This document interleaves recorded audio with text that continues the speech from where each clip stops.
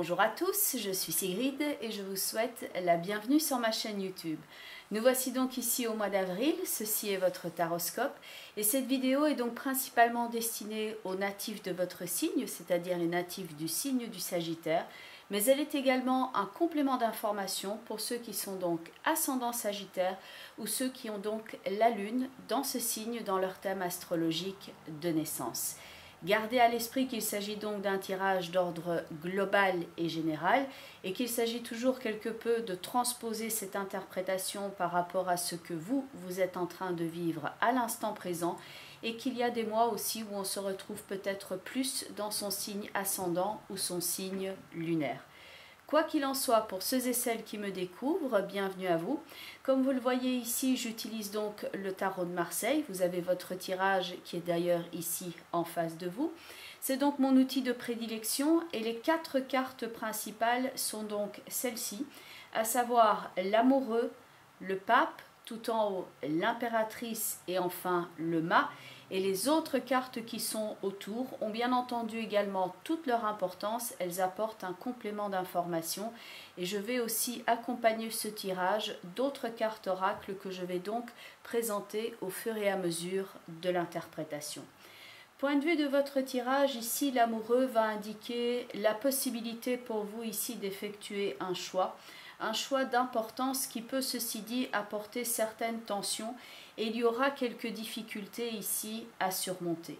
L'amoureux est donc la première carte de votre jeu et elle va représenter ici la nécessité ou la possibilité pour vous d'effectuer un choix d'importance.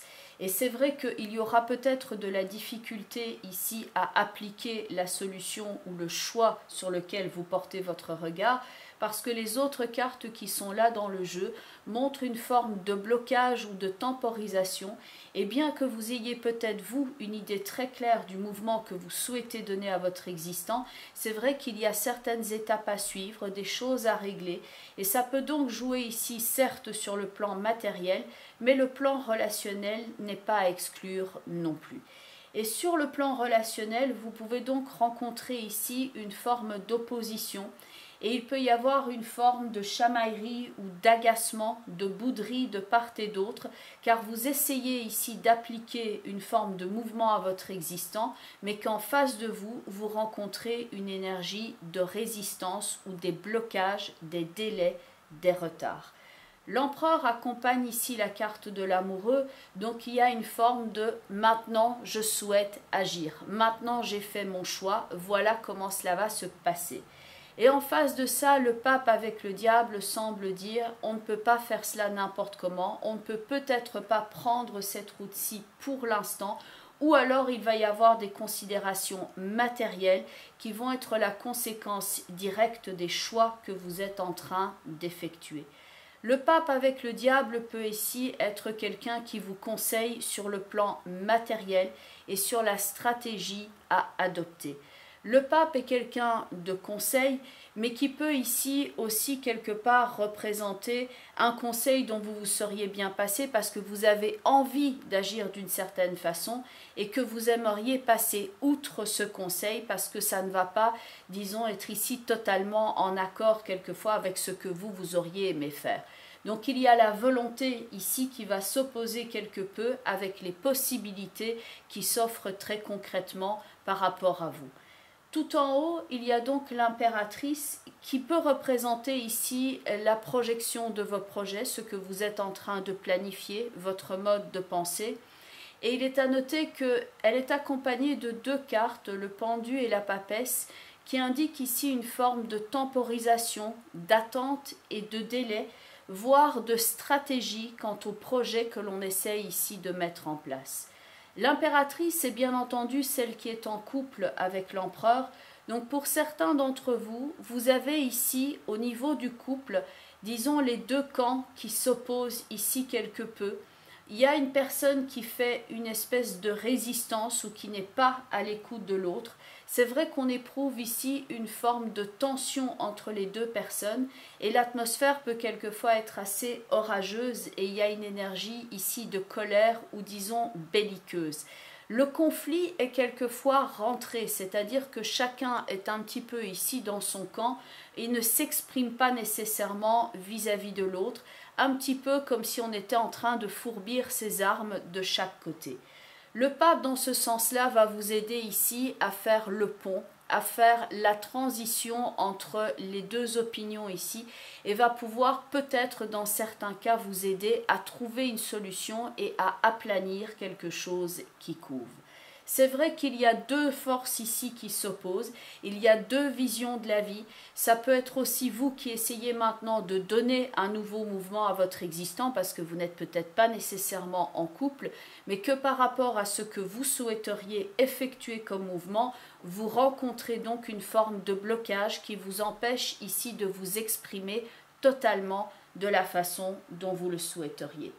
Car l'empereur avec l'amoureux ici, il y a une forme de choix, de plan, de décision et on souhaite y aller. Le pape avec le diable pourrait exprimer le côté oui, mais il y a ça qui bloque pour l'instant.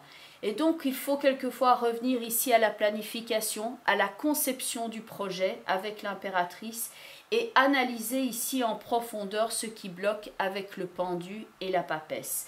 Pour certains d'entre vous, ce sera le moment d'arrêter quelque chose, de changer quelque chose d'important dans votre existant et vraiment de décider maintenant j'arrête là, un petit peu comme si on disait stop, tout le monde descend et maintenant je prends une autre route.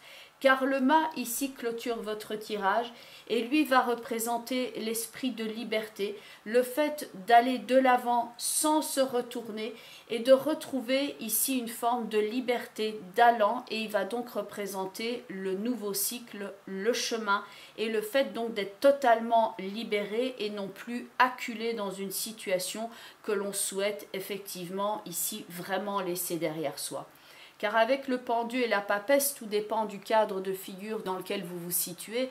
Mais dans le pendu et la papesse, il peut y avoir cette sensation un petit peu de confinement ou de cul-de-sac, voire des considérations aussi matérielles ici qu'il convient de régler, puisqu'on a par ailleurs aussi le diable dans votre tirage. Il avait été peut-être décidé d'effectuer certaines choses, de mettre en place certains projets, mais que maintenant, au moment de signer, au moment d'arriver à la solution, quelque chose bloque de façon momentanée. Il y a donc une difficulté à surmonter. Certains d'entre vous vont essayer ici de résorber un conflit, d'aplanir, disons, une situation, mais il est vrai qu'avec le mât, la force et la justice, il y a quand même une énergie ici assez belliqueuse, assez extériorisée et le fait de dire maintenant on va aller ici porter le dossier quelque part à la justice, dans certains cas ce sera vraiment ça, ce sera le fait d'aller vers un organisme qui vous permet de trancher, mais maintenant on va sous-peser les éléments dont on dispose et on va décider oui ou non, est-ce qu'on continue, si oui, quels sont les changements à apporter et sinon on solde tous les comptes ici et on porte un point final à une situation. Il y a donc une volonté de remettre ici de la justice aussi dans sa vie, une forme d'équilibre. Et dans un rapport ici amoureux, amical ou relationnel, c'est vrai qu'il y a une forme de tension ici pas spécialement agréable entre les deux parties, où une personne a envie de s'exprimer, a envie de réaliser des choses, et l'autre personne peut ici effectuer une forme d'opposition, une forme de frein, une forme quelquefois de bouderie aussi, un abcès que l'on n'arrive pas totalement à crever. Dans ce cas-ci, il vaut mieux quelquefois temporiser, prendre, si ce n'est pas une position de retrait, un petit peu donc temporiser pour éviter le piège du conflit frontal, car le conflit frontal ici, je pense, mènerait plutôt à l'échec, donc il vaut mieux être stratège ici et bien étudier le plan afin que d'arriver à ses fins pour remettre donc de l'ordre dans son existant, que ce soit sur le plan matériel ou que ce soit sur le plan relationnel. Il y a quelquefois une sensation ici d'enfermement ou de blocage. Sachez enfin qu'avec le mât, le blocage là est levé et on se libère et on va régler tous les nœuds qui bloquaient ici en arrière, qui sont symbolisés dans le diable. Tout ça va pouvoir être enfin dénoué pour pouvoir retrouver sa totale marge de mouvement et le fait de se libérer de quelque chose qui était quelquefois franchement toxique. La stratégie frontale, donc ici, n'est pas spécialement de mise. Il vaut mieux être stratège, étudier ce qui est en arrière-plan et avancer pas à pas que pour pouvoir résoudre vraiment la situation et la mettre derrière soi. J'ai donc pris 4 cartes en complément d'informations pour les 4 cartes principales de votre tirage. Et la première qui vient donc au-dessus de l'amoureux et de l'empereur est la carte du conflit mental que vous aviez déjà d'ailleurs le mois passé. Il y a donc ici cette forme de situation qui est quelquefois imbriquée dans une autre. Par exemple, quand on vit avec quelqu'un avec qui par ailleurs on travaille ou on a une famille, donc il y a un petit peu tous les aspects de la situation ici qui peuvent être imbriqués l'un dans l'autre. Et ça peut donc être ici cette forme d'enfermement, le fait de penser à cette situation, que ça vous martèle la tête et que donc il y a cette solution que vous souhaitez apporter ici, mais que vous vous retrouvez ici quelquefois dans un conflit avec vous-même parce que vous aimeriez bien agir d'une certaine façon, mais que vous n'avez pas toute la latitude que pour bouger en ce sens. De fait, au-dessus du pape et du diable, donc l'autre carte ici, et c'est là où il y a vraiment synchronicité, c'est la carte qui correspond au diable dans ce tarot, c'est la carte de la tentation, où on voit ici le conflit intérieur avec ce mouvement qui est donné au personnage, le fait d'essayer de se libérer de quelque chose et que c'est pas évident. Dans ces 2 premières cartes-là, donc celle du conflit mental et celle de la tentation, il y a ce côté je me débat avec quelque chose qui est là à l'intérieur de moi et je n'arrive pas ici à trouver le calme, la paix. Tant que je n'aurai pas résolu cette problématique-là, ça va continuer à me turlupiner, ça va continuer à m'envahir le cerveau et il est temps maintenant que je puisse mettre ça de côté. Il y a donc ce mouvement intérieur ici, un petit peu comme si vous étiez avec vous-même, votre mental sur un ring. Et la tentation, c'est ça qui est d'autant plus fort, c'est qu'elle est vraiment en synchronicité ici avec votre tirage parce que c'est donc la carte du diable dans ce tarot. Et de même, dans la carte du conflit mental, il y a cet aspect ici avec ce visage qui est au premier plan. On voit le regard ici qui est soucieux et les différentes parties ici qui sont imbriquées les unes dans les autres. Et de fait, l'empereur ici, il a un casque sur la tête et il doit protéger ici son mode de pensée. On voit que vous êtes en train d'envisager toutes les différentes possibilités, mais que pour certains d'entre vous, vous vous sentez un petit peu comme court-circuité à l'intérieur de vous parce que vous essayez d'arriver au point B, mais que la route n'est pas facile à effectuer et que vous avez tout le temps la sensation de recommencer pour certains d'entre vous le même scénario. Pour certains d'entre vous, le scénario est déjà réglé, mais c'est simplement la sensation que ce n'est pas tout à fait réglé. En réalité, ça l'est, mais vous avez toujours ce sentiment que vous êtes encore dans la problématique, que ça continue ici à vous poursuivre et que vous n'arrivez pas donc à temporiser et à vous calmer par rapport à ça. Il peut y avoir quelquefois une forme obsessionnelle dans le sens où vous n'arrêtez pas de penser à ce problème qui vous préoccupe à l'instant présent. Et bon, gardez à l'esprit que le degré d'intensité, bien entendu, varie d'un Sagittaire à l'autre.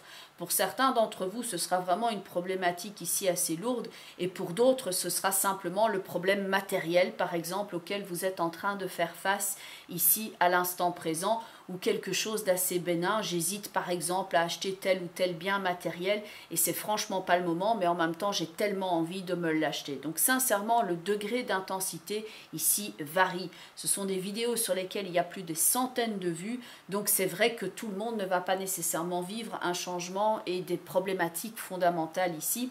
Mais voilà, globalement, comme je le dis toujours, il s'agit quelque peu de transposer. Tout en haut, au-dessus de l'impératrice qui va donc représenter le plan du mental avec la papesse et le pendu qui sont donc quelque chose où on se met un peu en retrait et en attente.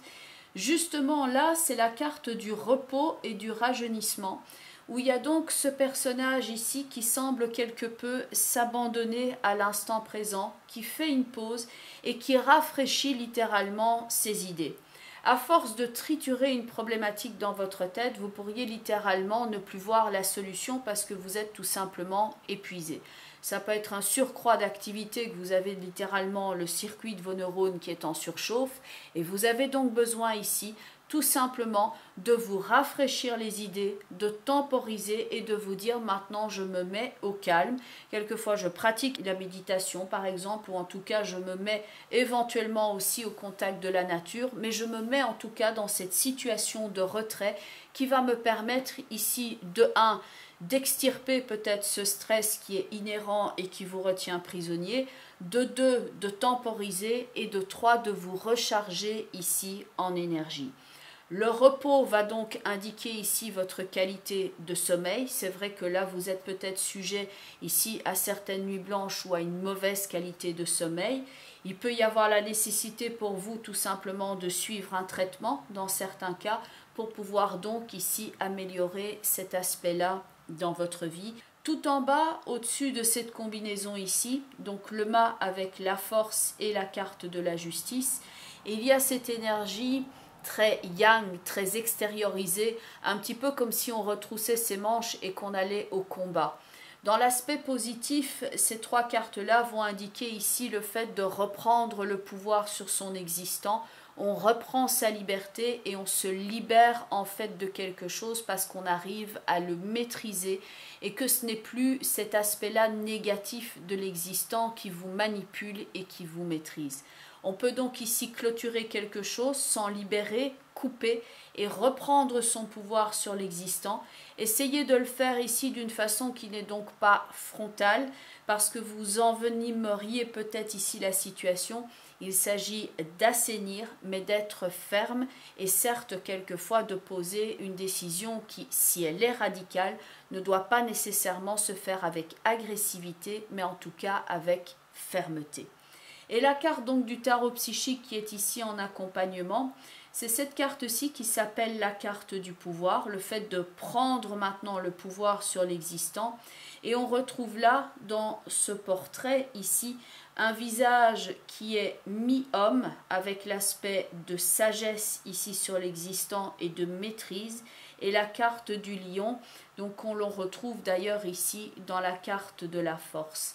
À noter qu'à côté du mât qui va lui représenter la liberté, vous avez les 2 cartes des 2 femmes les plus fortes du tarot. Même si vous êtes un homme, ça n'a rien à voir, ce n'est pas nécessairement une femme, mais ça va représenter les 2 personnes, les 2 archétypes qui vous permettent ici de reprendre du contrôle et de la force sur votre existant et d'arriver à maîtriser quelque chose que pour ne plus être le prisonnier de cette histoire-là, mais enfin vous libérer. La force va donc représenter ici cette capacité et la justice, bien entendu, va indiquer votre résolution sur le plan intellectuel, la lucidité aussi, la logique et la mise en application d'un plan. Et donc la carte du pouvoir ici est directement en relation avec ces notions-là.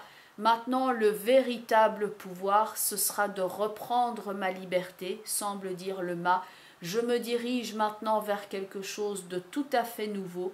Je vais me reconstruire et dans un premier temps, il faut que je me libère de tout ce qui me retenait ici en arrière. Il s'agit quelquefois sur le plan, par exemple, relationnel, de couper avec certains modes, justement, relationnels, amicaux ou amoureux. Il s'agit ici de se libérer de certains mauvais réflexes sur le plan, par exemple, de la santé et d'appliquer maintenant quelque chose qui va vous aider pour surmonter la difficulté. Sur le plan matériel, il y a ici effectivement une phase où on doit remonter la pente. Sur le plan du travail, attention au surmenage, attention aux conditions également de travail. Il y a peut-être certaines choses ici dans la façon de travailler qui doit être changée de fond en comble. Il y a peut-être des changements sur le plan du travail, sur le lieu sur lequel vous travaillez qui sont sujets à des changements de fond qui peuvent effectivement vous mettre quelque peu sous pression. La carte du pouvoir vous rappelle ici la véritable force de votre esprit et que vous pouvez maintenant reprendre tout cela en main et changer la donne et donc vous libérer. La dernière carte est donc la carte couleur qui est issue d'un jeu qui s'appelle Le langage secret des couleurs de Ina Segal. Et cette carte est donc la couleur Bordeaux, réveillez votre passion. La couleur Bordeaux est donc une couleur que vous pouvez utiliser en vêtements ou en méditation, en visualisation. Éventuellement pour certains d'entre vous, pourquoi pas un verre de Bordeaux avec modération. Ça peut aussi être le cas pour ceux qui effectivement aiment les plaisirs de table. Donc la couleur Bordeaux, réveillez votre passion, va vous donner ici cette énergie dont vous avez besoin pour vous sentir ici requinqué, pour vous sentir regaillardi et comme si vous insuffliez un nouveau mouvement à votre existant. Parce qu'on peut, par rapport à certains problèmes effectivement que vous êtes en train de traverser ici, se dire mais est-ce que je vais finalement en voir le bout et se sentir quelque peu désespéré par rapport à la situation en se disant mais enfin c'est pas vrai et voilà que ça recommence et se sentir disons quelque peu désœuvré. Tandis que cette carte-là va vous parler justement d'insuffler ce nouveau souffle et d'insuffler cette nouvelle énergie, que ce soit dans vos projets ou dans votre possibilité ici de vous libérer. Elle peut vous aider ainsi à vous relier à votre passion, à votre vigueur et votre enthousiasme pour la vie. Et elle peut donc ici vous aider à vous conduire à votre but de vie et vous aider enfin à construire vos rêves. Et elle vous aide particulièrement dans les moments où vous n'avez pas le moral à vous redynamiser et à vous aider à retrouver votre chemin lorsque vous vous sentez quelque peu perdu. Il y a donc ce mantra qui est associé à cette couleur que vous pouvez utiliser. Merci de me permettre de réveiller mon intuition, ma passion et mon amour pour la vie afin que je puisse utiliser mon extraordinaire potentiel. Bien entendu, c'est le cadre d'un tirage global. Comme je le disais précédemment, le degré d'intensité peut varier en fonction des types de natifs du Sagittaire que vous êtes. Dans certains cas, c'est un problème assez anodin, dans d'autres, ça prendra beaucoup plus d'importance et il s'agit donc quelque part de transposer tout cela. Vous pouvez regarder également la vidéo qui correspond à votre signe ascendant ainsi que la vidéo qui correspond au positionnement en signe de la Lune dans votre thème astrologique de naissance. Et bien entendu, il y a des questionnements qui, eux, font plutôt l'objet d'une consultation privée. Et donc, pour ceux et celles qui souhaiteraient me contacter, j'ai donc notamment mon site web www.sigrid-de-kerak.com. Et donc, il y a une page contact avec un formulaire donc, que vous pouvez remplir afin de rentrer directement en contact avec moi, si c'est ce que vous souhaitez, bien entendu. Il me reste donc ici à vous souhaiter tout l'enthousiasme et l'énergie nécessaires pour venir à bout de cette problématique. Je vous recommande également ici de prendre du temps pour vous, qualité de sommeil, qualité de repos, peut-être un peu de méditation ou en tout cas de lever le pied, de vous réserver un petit peu de temps chaque jour que pour pouvoir ici faire le point et aplanir la situation.